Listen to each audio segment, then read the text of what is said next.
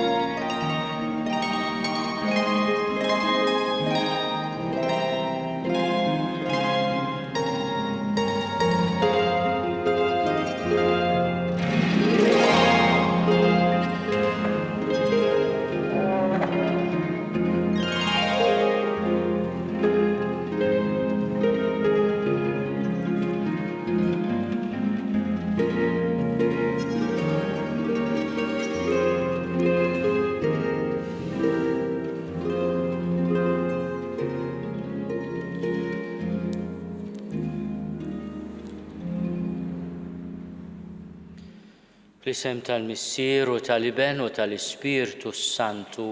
Amen. Il-paċi magħkom. Insellem lill-komunità tal-Knisja tal-Bon Pastur ġewwa Ħal Balzan u kull min qiegħed isegwina minn dan il-post li jilqa' storikament nisa vittmi tal-vjolenza domestika u wkoll qiegħed qrib il-qalba tal-akkoljenza fil-parroċċa għażiża ta' Ħal Balzan. Dawn l-inħawi diversi minn ħutna il-migranti isibu min jilqagħhom. Il-sibtana wkoll jingħaqad mal-Qudusija tiegħu il-Papa li llum qiegħed l-Iraq proprju fil-nord tal-pajjiż dalgħodu kmieni kien Mosul, is-sieqa Irbil, u mbagħad iżul Qaraqox. Dawn huma bliet li kienu vittmi ta' ħruxija kbira. Il-Papa bħala pellegrinaġġ tal-paċi qiegħed jitlob biex il-kelma tiegħu li tfakkarna li aħna lkoll aħwa issib min jismagħha. Issib qlub miftuħa ta' għoża u ta' solidarjetà. Fil-bidu ta' din il-Quddiesa jew nitolbu maħfra l-Alla ta' dnubietna kollha. Nistqar l-Alla li jista' kollox u lilkom ħuti li jiena dnibt ħafna bil-ħsieb, bil-kliem, bil-għemil u billi ħallejt dmirijieti tiegħi bl-akbar ħtija tiegħi. Għalhekk nitlob lill-Imqazza Marija dejjem Verġni, lill-anġi u l-qaddisin kollha u lilkom ħuti biex titolbu għalija lill-mulej Alla tagħna. Eħenna li Alla li jista' kollox jaħfrilna dnubietna u jwassalna l-ħajja ta' dejjem. Nitolbu. U Alla kull ħnina u tjieba ġejja minnek. Inti urejtna il-sawm u t-talb u loti ta' karità lil foqra jagħtuna l-qawwa kontra d-dnub. Ħares fi tiba tiegħek lejn din l-istqarrija u umli taħtijietna biex aħna li l-kuxjenza tagħna ittaqqalna ikollna dejjem il-għajnuna tal-ħniena tiegħek. Bibnek Ġesu Kristu Sidna li hu Alla u miegħek jgħix u jsaltan flimkien mal-Ispirtu Santu għal dejjem ta' dejjem.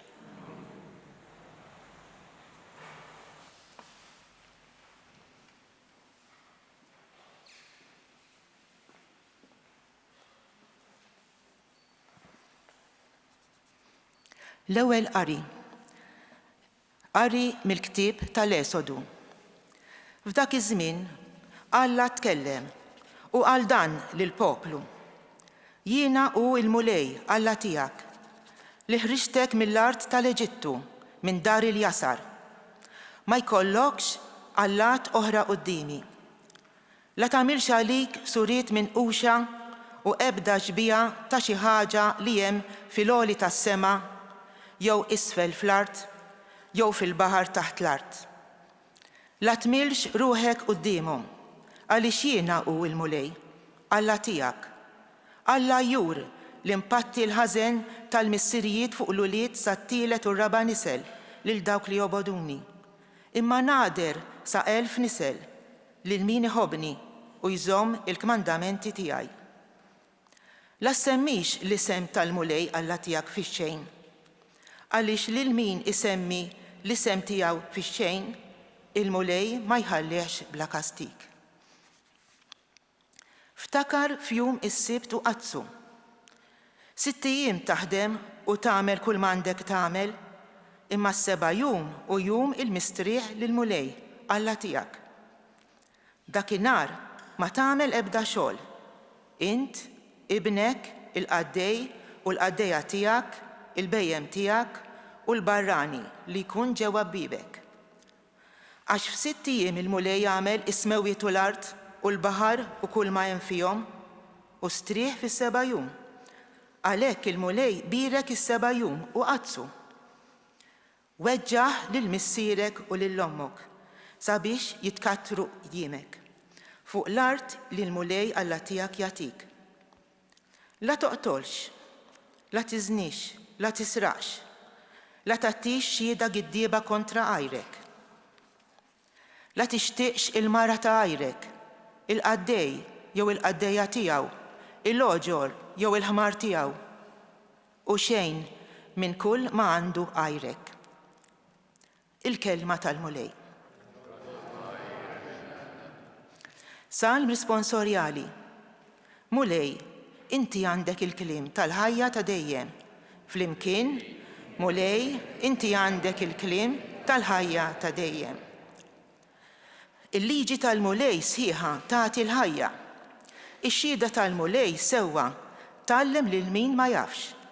Flimkien, mulej, inti għandek il-kliem tal-ħajja ta' dejjem. Il-preċetti tal-mulej tajbin iferħu l-qalb. Il-kmandament tal-mulej safi idawwal il-għajnejn. Flimkien, mulej, inti għandek il-kliem tal-ħajja ta' dejjem. Il-biża tal-mulej nadif, jibqa' għal dejjem. L-ordnijiet tal-mulej sewwa, imsettqa għal kollox. Flimkien, mulej, inti għandek il-kliem tal-ħajja ta' dejjem. Huma eżes mid-deb l-aktar fin u mill-qtar tax-xhieda. Flimkien, mulej, inti għandek il-kliem tal-ħajja ta' dejjem. It-tieni qari. Qari mill-ewwel ittra ta' San Pawl Apostlu lill-Korintin. Ħuti, il-lut jitolbu sinjali u l-Griegi ifittxu l-erf. Imma aħna nxandru l-Kristu msallab, skandlu għall-lut u bluwa għall-pagani. Iżda għal dawk li huma msejħin, sew lut, sew Griegi, Kristu huwa l-qawwa ta' Alla u l-erf ta' Alla. Għax il-bluwa ta' Alla hija għarfa aktar mill-bnedmin u d-djufija ta' Alla hija aqwa mill-bnedmin. Il-kelma tal-mulej.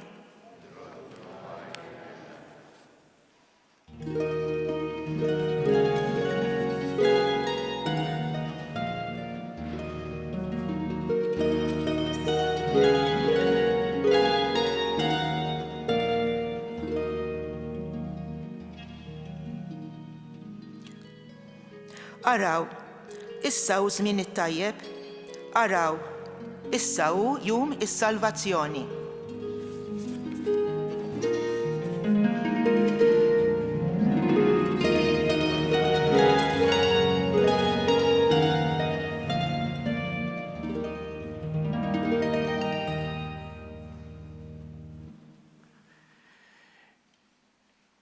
Il-mulej ma'kom. Qari mill-Evanġelju skont San Mark.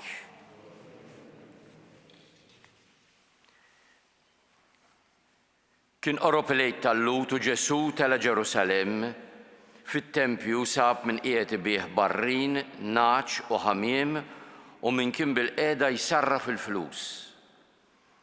Għamel sawd bil-ħbula u keċċihom il-koll il-barra mit-Tempju bin-naċ u l-barrin tagħhom. Xerret il-flus ta' dawk li kienu jsarfu u qalbilhom l-imwejjed. U l-belija tal-ħamiem qalilhom warbu dawn minn hawn u dar missieri tagħmlu iġdar tan-negozju. Id-dixxipli ftakru f'dak li kien hemm miktub fl-Iskrittura: il-ħeġġa għal darek fnietni. Imbagħad il-Lut qabdu qalulu: x'sinjal suturina li inti tista' tagħmel dan? Ġesu weġibhom: ħottu dan it-tempju u fi 3 ijiem jien nerġa' ntellu. Għalhekk il-Lut qalulu: dan it-tempju ħa 46 sena biex inbena u nsettellu fi 3 ijiem? Iżda hu tkellem fuq it-tempju tal-ġisem tiegħu. Meta mbagħad qam mill-imwiet, id-dixxipli tiegħu ftakru f'dak li kien qal u emmnu fl-Iskrittura u fil-kliem li kien qal Ġesu. Waqt li kien Ġerusalemm għall-festa tal-Għid, kien hemm ħafna li jemmnu f'ismu billi raw is-sinjali li kien jagħmel.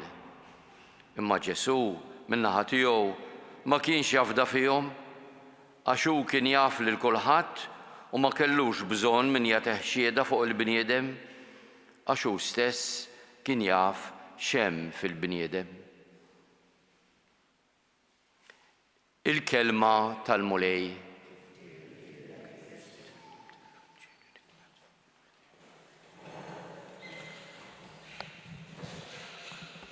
Dan l-episodju kif li għadna kemm smajna huwa episodju li nsibuh fl-4 Evanġeli.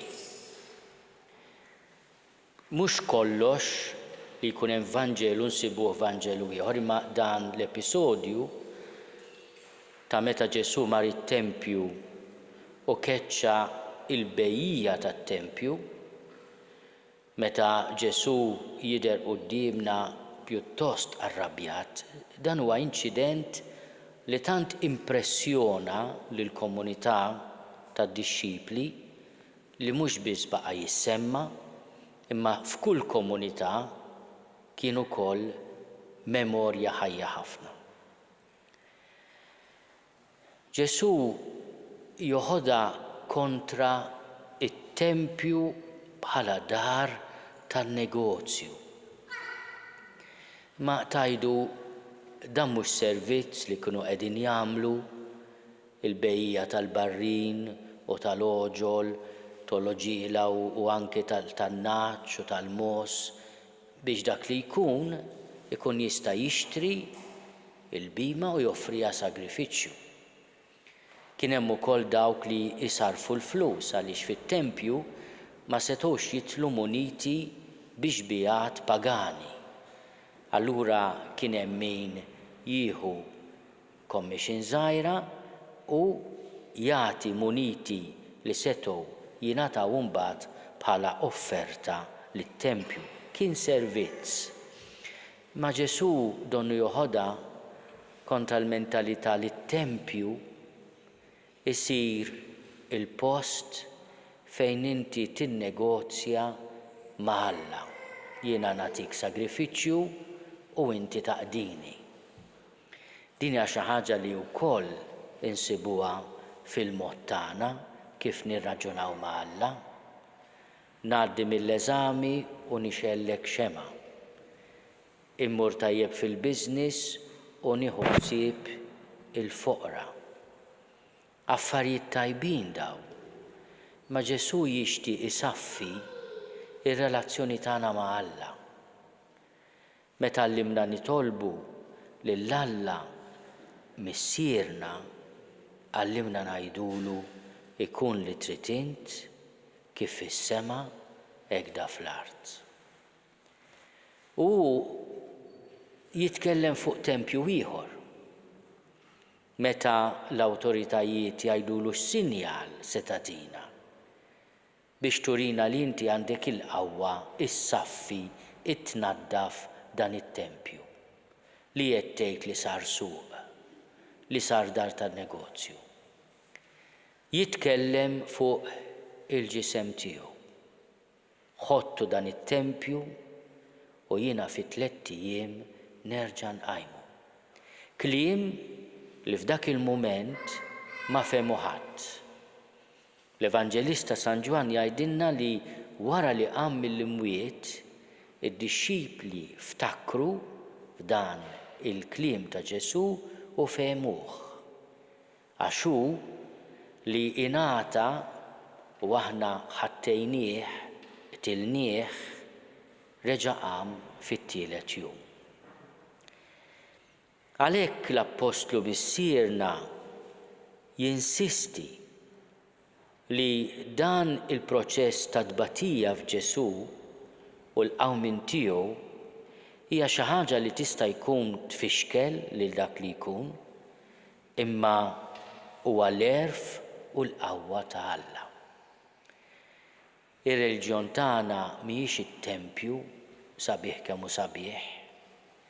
Mhuwiex din l-idea li jiena ninnegozja ma' Alla, inkun tifel tajjeb u inti taqdini, imma hija l-fidi, relazzjoni personali ma' persuna għalhekk personali li huwa Ġesu.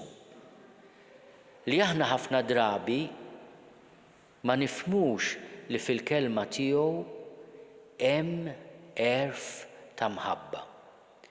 L-Evanġelista San Ġwan illum jgħidilna li Ġesu ma kellux bżonn min jagħtih xhieda fuq il-bniedem għax hu stess kien jaf x'hemm fil-bniedem.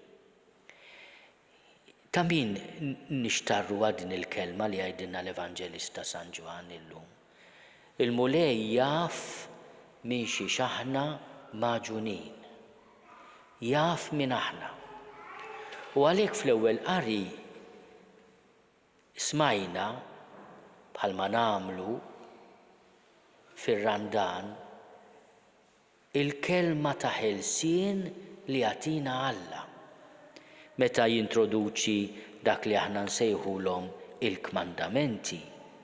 Hekk jibda: jien u l-mulej Alla tiegħek li ħriġtek mill-art tal-Eġittu, minn dar il-jasar. Mela din il-liġi għalkemm fiha negattiv la tagħmilx għalik surjiet minquxa, la semmix l-isem tal-mulej Alla tiegħek fix-xejn, la tisraqx, la toqtolx, la tiżnix, kollha jibdew b'negattiv, imma huma għerf ta' min jafna, jaf minn xi aħna maġuna u jħobbna. U allura jagħtina din il-liġi li hija ħelsien mill-jasar. Aħna llum lil ħutna li bdew il-mixja tal-Magħmudija se nagħmluhom l-ewwel talba ta' ħelsien. L-iskrutinju huwa it-talba tal-Knisja li lil dawn ħutna tibda teħlishom mill-jasar tal-ħażen u tad-dnub. U tagħtihom il-qawwa li meta jisemgħu l-kelma tal-mulej, l-għerf ta' min iħobbna u ta' min jafna, huma jibdew jobduh għax iħobbuh. Lil Alla ma tobdiex għax tibża minnu, lil Alla ma tobdiex għaliex inkella se jikkastigak, lil Alla tobdiex għax iħobbok. Il-vuċi tiegħu hija vuċi ta' mħabba. Bnielna t-tempju li huwa Ġesu stess u aħna ħattejnieh. M'oġbitniex li jsaffina mill-jasar tagħna mill-mod kif inħarsu lejn Alla, imma Alla għajmu mill-imwiet. Fil-mixja tar-Randan nitolbu lil Mulej biex jagħtina dawl ħalli nifhmu kemm iħobbna. Ħalli nifhmu li l-kelma tiegħu hija kelma ta' libertà. U meta nonqsu ma naqtgħux qalbna. Induru lejh ngħidulu inti tafni, saffini u ħenna lija.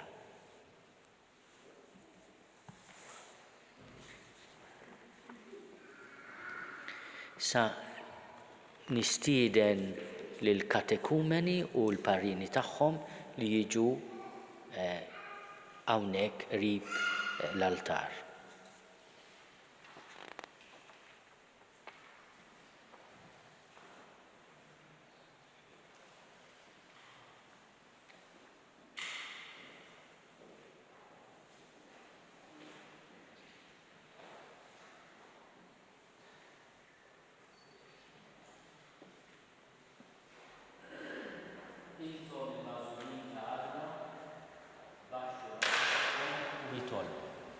Elect, I invite you to join your prayers to this community of faith and to ask God to intercede on your behalf. Il-Knisja għażlet bil-fiduċja lil dawn il-magħżulin wara l-mixja twila li għamlu. Nitolbu għalihom biex wara t-tħejjija tagħhom fil-festa tal-Għid jiltaqgħu ma' Kristu fis-sagramenti tiegħu. Nitolbu lil Mulej għal dawn il-magħżulin biex iżommu f'qalbhom il-kelma ta' Alla u jifhmuha dejjem iżjed. Nitolbuh jgħinhom ħalli jarfu l-Kristu li ġie salva l-mitluf. Nitolbuh jagħtihom qalb umli biex jistqarru li huma midinbin. Nitolbuh biex fema safja jitwarbu minn dak kollu li f'ħajjithom ma kienx jogħġob lil Kristu jew kien kontra tiegħu. Nitolbuh biex l-Ispirtu Santu li jarbel il-qlub tagħna l-koll isaħħaħ bil-qawwa tiegħu kull ma hu dgħajjef fihom. Nitolbuh biex l-Ispirtu Santu jallimhom dak li ta' Alla u jogħġob lil Alla. Nitolbuh biex il-familji tagħhom jittamaw fi Kristu u fi jsibu l-paċi u l-qdusija tagħhom. Nitolbuh għalina wkoll biex nitħejjew sewwa għall-festi tal-Għid, nikkoreġu rwieħna u nerfgħu qlubna lejn Alla u ningħataw għall-opri ta' karità. Nitolbuh għad-dinja kollha biex kull min hu dgħajjef jissaħħaħ, min waqa' jintrefa' u min intilef jinstab u min instab jinfeda.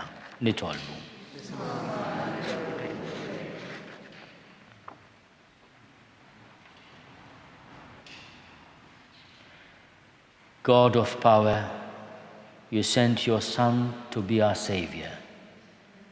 Grant that these elect, who like the woman of Samaria, thirst for living water, may turn to the Lord as they hear his word and acknowledge the sins and weaknesses that weigh them down. Protect them from vain reliance on self and defend them from the power of Satan. Free them from the spirit of deceit, so that admitting the wrong they have done, they may attain purity of heart and advance on the way to salvation. We ask this through Christ our Lord.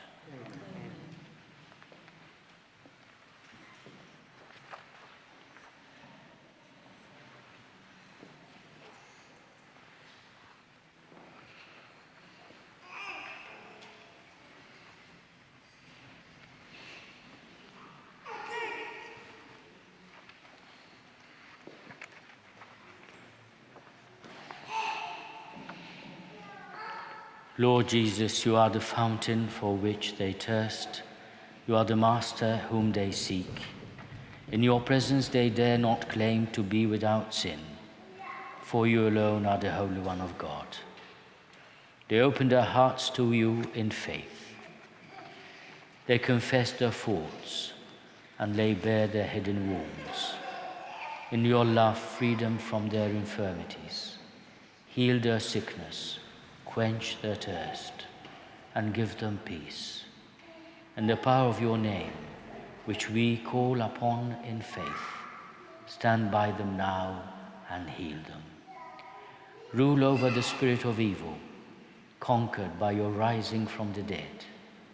Show your elect the way of salvation and the Holy Spirit, that they may come to worship the Father in truth, for you live and reign forever and ever. Amen. My dear friends, this community now sends you forth to reflect more deeply upon the Word of God, which you have shared with us today. Be assured of our loving support and prayers for you. We look forward to the day when you will share fully in the Lord's table. Amen.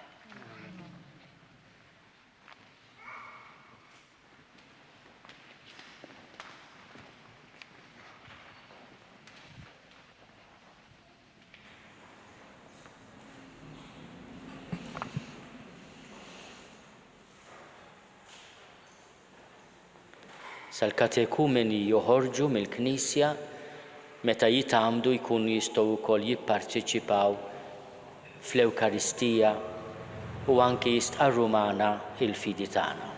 Jiena nemmen f'Alla wieħed il-Missier li jista' kollox, li ħalaq is-sema u l-art, dak kollu li jidher u dak li ma jidhirx, u f'Mwnej wieħed Ġesu Kristu, Iben waħdini ta' Alla, ibnissel mill-Missier qabel kull żmien. Alla min Alla, dawl min dawl, Alla veru min Alla veru, imnissel mhux magħmul, natura waħda mal-Missier u bih sar kollox. Niżel mis-smewiet għalina l-bnedmin u għall-fidwa tagħna, u ħarġisem bis-seta tal-Ispirtu Santu minn Marija Verġni u sar bniedem. Salbuh għalina bata taħt Ponzju Pilatu, mietu difnuh, u fit-tielet jum qam minn bejn l-imwiet skont il-kodba mqazza, u tela s-sema u jgħat fuq il-lemin tal-Missier, u għandu jerġa' jiġi bil-glorja biex jagħmel ħaq mill-ħajjin u mill-mejtin, u s-saltna tiegħu ma jkollix tmiem. U fl-Ispirtu Santu mulej li jagħti l-ħajja, li ġej mill-Missier u mill-Iben, li hu meqjum u mweġġa flimkien mal-Missier u mal-Iben, u li tkellem fom il-profeti. U fi Knisja waħda, Quddiesa, Kattolika, Apostolika, nistqar ma'mudija waħda għal maħfra ta' dnubiet u nistenna l-qawma mill-imwiet u l-ħajja ta' żmien li ġej. Amen.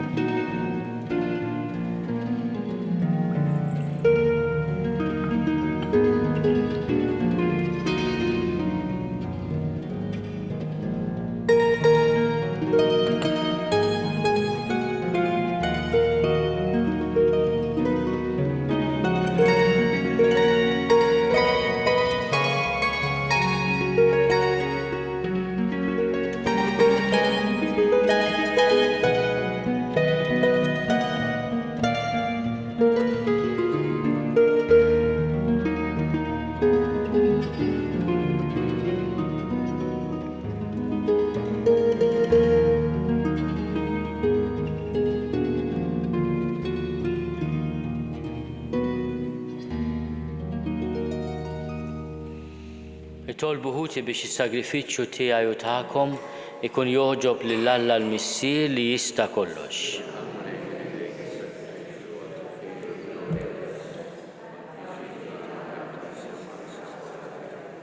Taffi mulej il-korla tiegħek dan is-sagrifiċċju li sejrin nofrulek. U bħalma aħna qegħdin nitolbuk biex taħfrilna dnubietna, għajna biex naħfru lil min fost ħutna u ħati għalina bi Kristu Sidna. Il-mulej magħkom. Nerfgħu qlubna l fuq. Niżuħaj lill-mulej Alla tagħna. Sewwa xieraq tassew mulej missier Quddies, Alla ta' dejjem li tista' kollox. Tajjeb u taġi tas-salvazzjoni tagħna li dejjem u kullimkien inrodulek ħajr.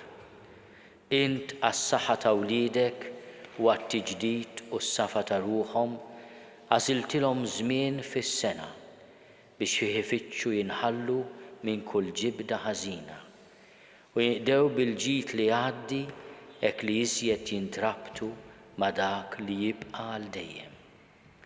Għalhekk mal-Quddisin u l-Anġli kollha infaħruk u ntennulek bla qiegħda. Quddies, Quddies, Quddies, mulej Alla tal-eżerċiti, ismewtu l-art mimlija bil-glorja tiegħek, osanna fl-għoli tas-smewwiet. Imbirek min ġej f'isem il-mulej, osanna fl-għoli tas-smewwiet. Quddies tassew int mulej, inti l-għajn ta' kull qdusija. Qaddes għalhekk nitolbuk dawn l-offerti bil-barka tal-Ispirtu tiegħek biex isiru għalina il-ġisem u d-demm ta' Sidna Ġesu Kristu. Li meta kien se jingħata biex minn rajħibati ħal-ħobs ratti l-ħajr qasam tal id-dixxipli tiegħu u qal: ħudu u kulu l-koll minn dan għax dan huwa ġismi li jingħata għalikom.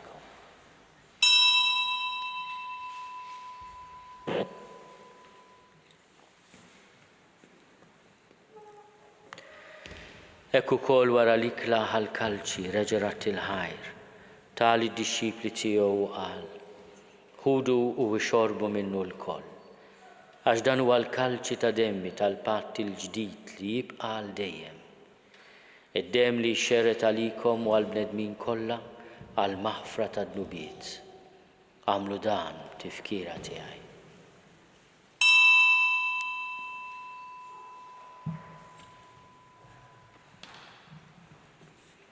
Dan hu l-misteru tal-fidi.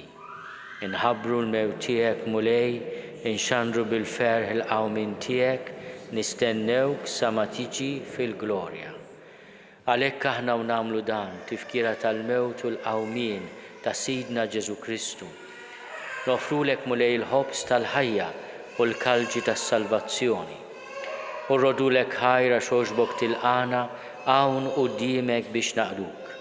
U miċ-ċokon tagħna nitolbu li l-Ispirtu Santu jaqgħadna f'ġisem wieħed lilna li nieħdu sehem il-ġisem u d-demm ta' Kristu.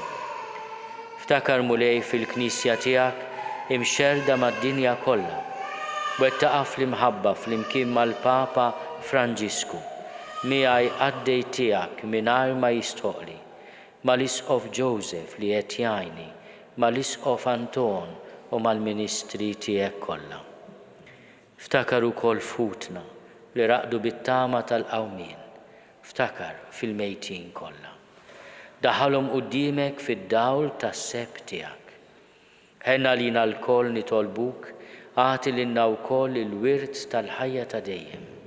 Flimkien mal-Verġni Mqazza u Malla Marija, mal-arus tagħha San Giuseppe, mal-Apostli u l-Quddisin kollha li jgħixu fil-ħbiberija tiegħek sa mill-bidu tad-dinja. Għamel li magħhom infaħruk u nsebħuk b'Ġesu Kristu ibnek. Bi Kristu, ma' Kristu u fi Kristu.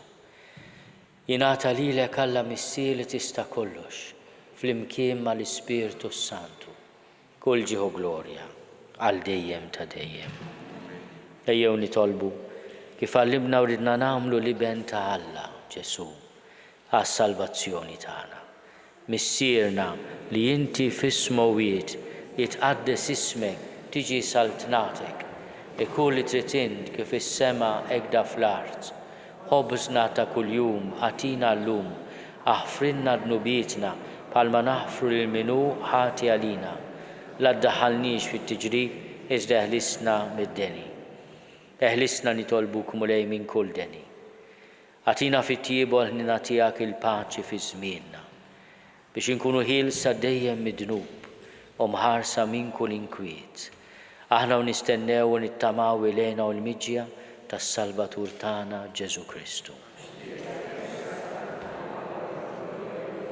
Mulej Ġesu Kristu li għadt lill-apostli tiegħek.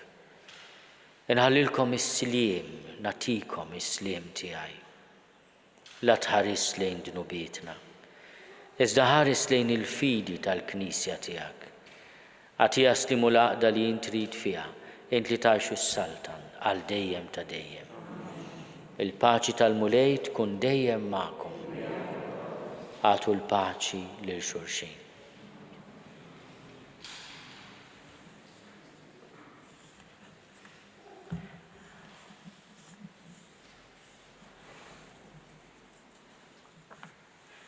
Il-ġisem flimkien mad-dem ta' Sidna Ġesu Kristu ikunu jiswew lilna li se nitqarbnu bihom għal ħajja ta' dejjem. Ħaruf talla li tneħħi d-nubiet tad-dinja ħenna lina. Ħaruf talla li tneħħi d-nubiet tad-dinja ħenna lina. Ħaruf talla li tneħħi d-nubiet tad-dinja għatina l-paċi. Mulej Ġesu Kristu binalla l-ħaj bil-mewt tiegħek kif rid minnek il-missier u bil-ħidma tal-Ispiritu Santu intajt il-ħajja lid-dinja. Dan il-ġisem u d-dem qaddis tiegħek eħlisni minn ħtieti kollha u minn kull ħażen. Somni dejjem fidi lejn il-kmandamenti tiegħek u tħallini qatt ninfiret minnek. Mulej Ġesu Kristu nitolbok li nitqarbina bil-ġisem u d-dem tiegħek ma tkunx il-kundanna tiegħi. Iżda ħnina tiegħek tkun għalija l-ħarsien u l-fejqan ta' ruħi u ġismi.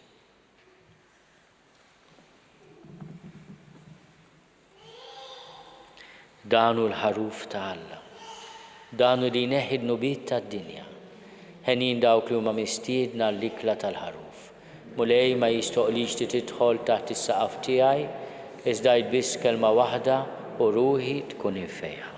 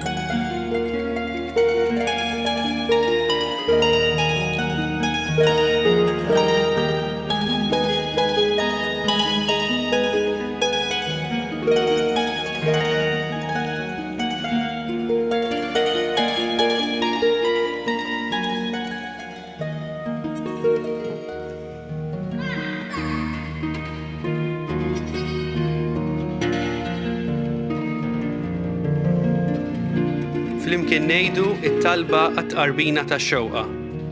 Ġesu, Jiena nemmen li inti tinsab ta' bilħaq fis-sagrament tal-Ewkaristija.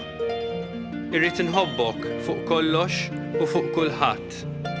Inti taf li nixtieq nirċevik ġewwa fija. Imma ġala darba bħalissa ma nistax nilqek ġewwa fija sagramentalment, nitolbok li tiġi fija spiritwalment. Ejja għandi, Ġesu tiegħi, biex jiena niġi għandek. Ħeġġiġni bl-imħabba għalik, biex f'ħajti u f'mawti jiena nemmen fik, nitma' fik u nibqa' nħobbok għal dejjem.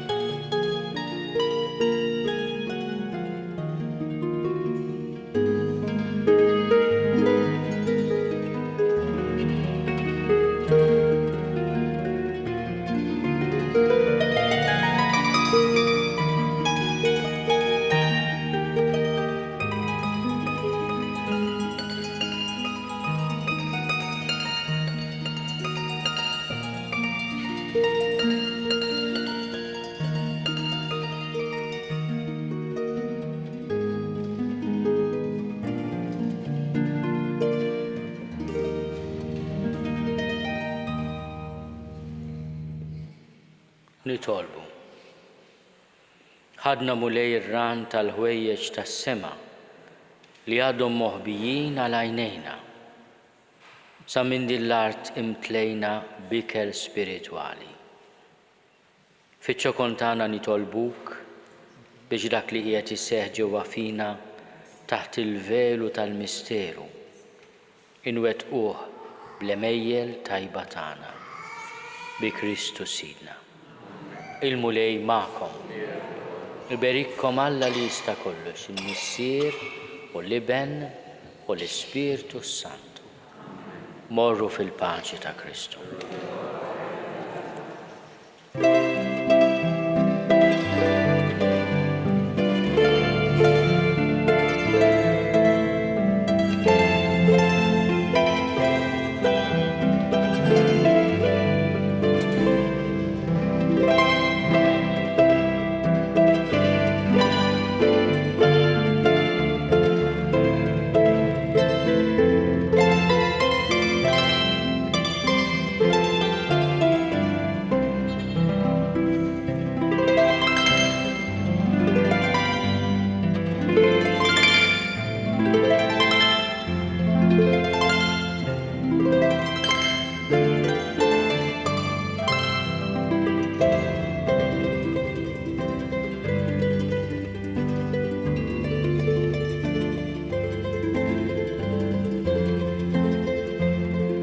Naslu fit-tmiem din il-Quddiesa tal-Ħadd mill-Kappella tal-Bon Pastur f'Ħal Balzan. Kull min jixtieq jgħin l-Arċidjoċeżi ta' Malta tkompli bidnieta fis-soċjetà huwa mistieden jagħti donazzjoni online jew permezz ta' ċekk indirizzat lill-Arċidjoċeżi ta' Malta. Aktar dettalji issibuhom fuq knisja.mt/donazzjonijiet. Qabel intemmu din ix-xandira nfakrukom li fuq il-website knisja.mt/eżerċizzi 2021 wieħed jista' jara wkoll il-lista ta' fejn qed isiru eżerċizzi spiritwali matul dan ir-Randan fil-paroċċi f'Malta. Hemm ukoll il-lista tal-eżerċizzi online. Flimkien inkomplu nitolbu għas-saħħa tal-poplu tagħna u għal dawk kollha fil-bżonn. Il-kumplament tal-ħadd it-tajjeb.